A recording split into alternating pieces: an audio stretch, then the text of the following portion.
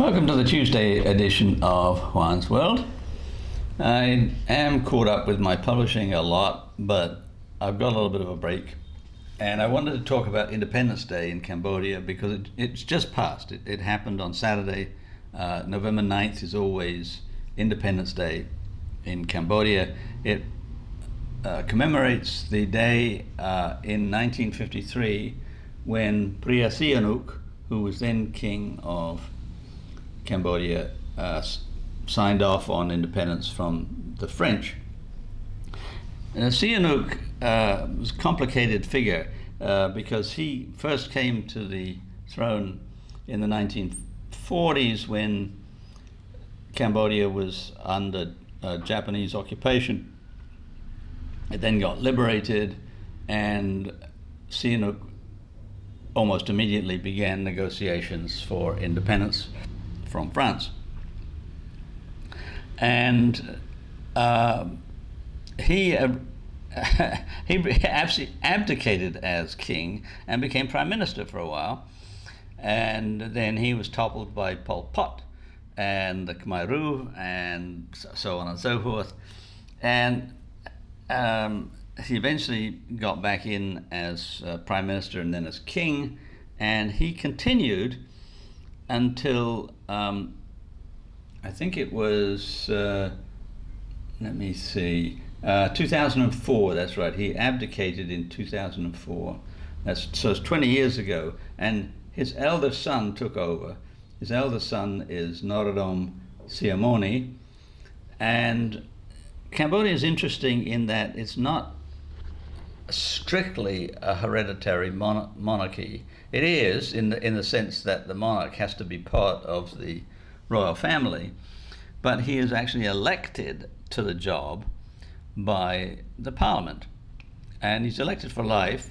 So when Sihamoni dies or abdicates, one of his children, or could be one of his nephews, or who knows, but somebody in the Norodom family will become the next king for life, but the parliament will decide.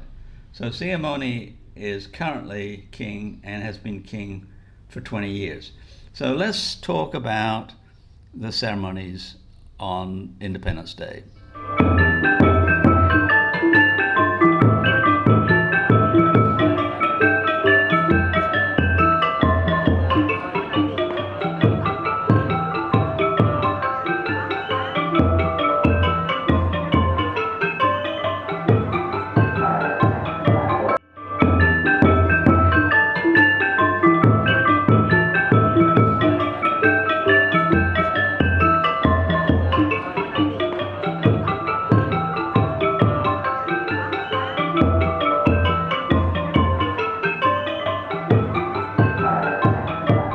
Now here you can see a map of not exactly the center of Phnom Penh, but it's the sort of like tourist center.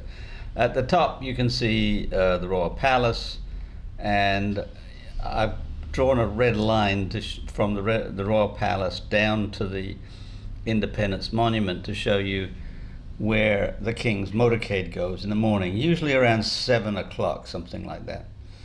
I was lucky enough to catch the the motorcade 4 years ago when I was up in that area.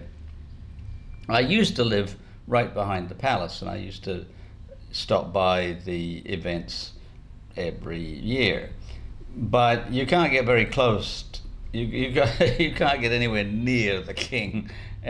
But on the actual day, Independence Monument was completely closed off by police and military with big guns, and if you don't have a pass to get in to the area, they just turn you back.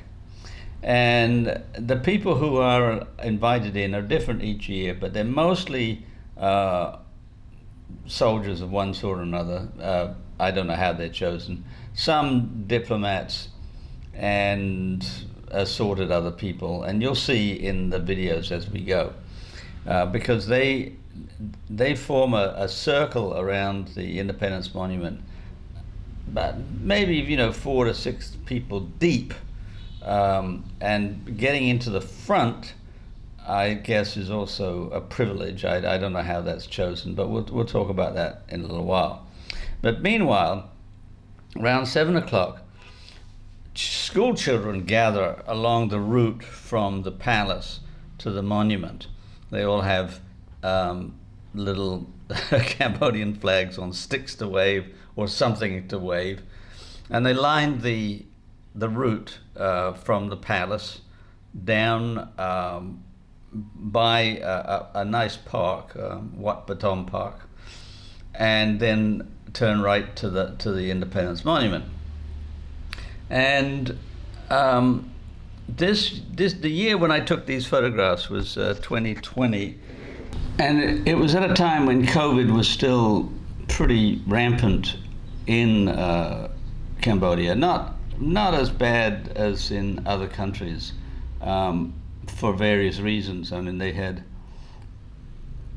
stopped people from entering the country. They had closed off a lot of areas, and so it wasn't too bad. But they, although they didn't want to stop the Independence Day events, they didn't want to make it too bad for the possibility of getting COVID. So the number of school children who were lining the route that the king took was somewhat diminished from previous years. I think, although I'm not sure, but I think that it was only high school students. I think that elementary and middle school students were not invited. But I don't know. But anyway, I mean, they were mostly, like teenagers up. And, they get there pretty early, about 6 o'clock. And then they, hang out until their teachers and the police say, oh, he's coming. And so they all stand up and get ready to wave their flags. And this year I was really fortunate because as I was standing there, the King's motorcade came by. Also diminished. In previous years and since, the motorcade has been really long. I mean, maybe 20 cars and 50 police on motorbikes and whatnot. This was rather reduced. But he came by and he proceeds to the monument, and I'll show you again the photo I had at the beginning. So you can see that he's going to enter where you can see these red carpets. He's going to enter and then proceed counterclockwise around the people attending the ceremony. Only, I don't know, about a quarter of the way around. But it still takes about half an hour or more. And he's going to greet every single person in the front line, and will also reach back to people behind. And what you'll notice is that he carries his hands in what looks like for people in the Euro-American world, looks like prayer. It's called sampaya. And it's the way that Cambodians greet one another. They don't touch each other. They give sampaya. And it all depends where you put it, whether you put it in front of your chest, in front of your chin, your nose, your forehead, the honor you're giving to the person that you are greeting. But what you'll also see is that's the rule.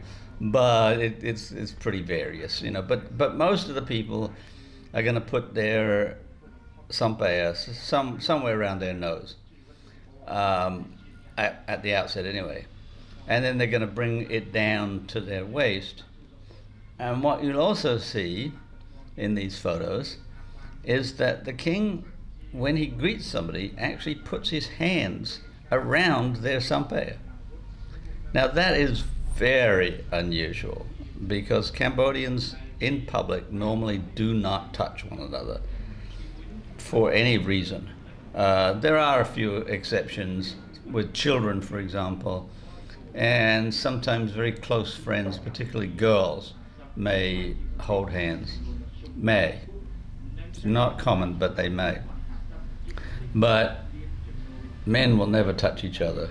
And when I'm meeting somebody, I will always give them some bear. And once or twice, somebody's offered to shake my hand, because they know that I'm not Khmer, and I instinctively recoil because I don't like touching people anymore. But the king, obviously, he's the king, and so he's being very kind to everybody that he meets by putting his hands around their sampaya. And you'll also notice, as we see these videos, that he makes eye contact with everybody, and he really listens. It's extraordinary. I mean, he's really for the 10 or 20 seconds that he's talking to that person, he's completely engaged with that person, and then moves on to the next. Now, I'm sorry that the video quality is rather poor because it's obviously taken from a video from the television, which I've done my best with, because this is the only way that I can see the ceremony. I can't get anywhere near it otherwise. And what happens is he goes all around and greets all the people. You see mostly military, but a few what look like ambassadors or consuls or some kind of foreign dignitaries. And then he approaches the monument, and they play some patriotic music whilst he approaches, and then he goes up inside, and inside are monks. And there's an interesting linguistic question that I don't know how to resolve. I'll have to ask somebody. The king and the royal family all speak Royal Khmer, which is a dialect which has its own vocabulary, a little bit of grammar, but it's mostly a distinctive vocabulary. And there are some members of the royal family who don't speak standard Khmer, who only speak Royal Khmer, which is very difficult to understand. And the monks speak religious Khmer, which also has its own vocabulary, which is different from Royal Khmer and different from standard Khmer. So one of the things I wondered as I saw the king wandering around and greeting the monks was what language or what dialect they were speaking. Was he speaking in the Royal Khmer and getting religious Khmer back? Was there some kind of mutual ground? Don't know. Anyway, the monks and helpers light this giant rod and then once it's lit, and they take a long time to make sure it's really, really, really burning. And then they give it to the king, and the king goes over to the eternal flame and lights it. Now again, I'm not sure what this white cone is. It's not normally the eternal flame is just some propane burning inside, and it's not burning it all the time. It burns all day on Independence Day, but it's not normally lit. But it starts off with this lighting this cone, which burns pretty fiercely, and then he leaves. He gets into his motorcade and he tours around the entire monument, and then it leaves and goes back to the palace. And then in the evening, it's usually about 6 o'clock or so. It always gets dark around 6 o'clock. And all firework displays start at 6 o'clock. They have them for Bonham Tuk, the water festival. I've shown that before. The King's birthday, Independence Day, and so forth. So I'm not going to bore you with more, except just some photos of the fireworks I took. I think that, again, this is not 2020. I'm not sure. May have been earlier, because by then I was living way away from the palace, and I don't normally go to the firework displays in the evening because It's 9 kilometers from where I live. I used to go every year when I lived behind the palace because it was a simple walk. And that's probably where these are from. So I hope you have a good week. I hope everything goes well for you. Meanwhile, please tell your friends about my videos. Please like, please subscribe, and I'm pretty sure I'll be back on Friday, maybe even with a recipe. Don't know. I haven't thought about it that far ahead yet. So be well.